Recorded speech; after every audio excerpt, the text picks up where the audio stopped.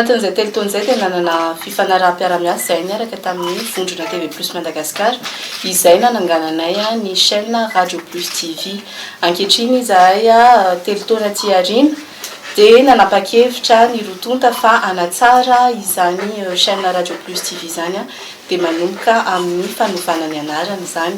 Manomboka androany izany dia ny antsoina Radio Plus TV dia Up TV ary niova ihany koa ny place ny chaîne misy azy fa lasa ao amin'ny chaîne TNT 111 izy sy chaîne DTH 769.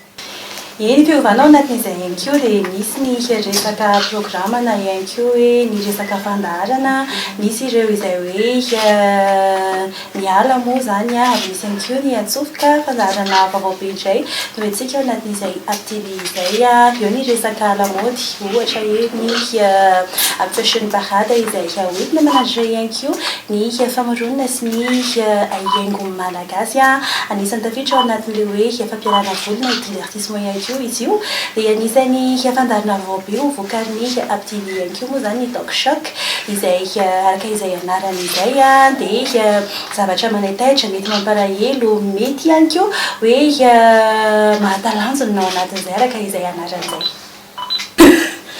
Natonga ny safidy zany hoe hanova tanteraka ny fomba fijery ao anatin'izay Up TV izay dia ny 9 isanjaton'ny télé eto Madagasikara dia miopana ho chaîne généraliste avokoa ary ny Up TV dia nataonay ho 100% divertissement. Ao anatin'izay fialamboly zato isanjato izay dia misy ihany koa ny série izay efa nafantarana Star Times ary manana vokatra vaovao izay Los Bastardos izay série filipiana ihany koa voadika tanteraka amin'ny teny malagasy. Andeha amin'ny Up TV manomboka ny alatsinainy ho avy izao amin'ny 20h sy fefany alina.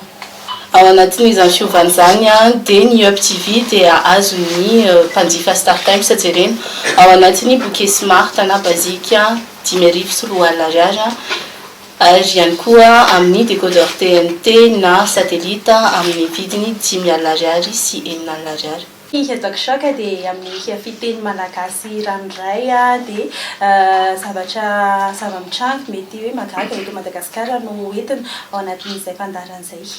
Trangam-piarahamonina dia resaka culturel izay no tena misongadina ao anatin'ny tsongo-baovao. Araka izay anaran'izay dia mety hoe misy vaovao tsongotsongona kely na hoe mahazo fanakianana kely mety hoe ihany koa hoe toraka voninkazo ihany koa.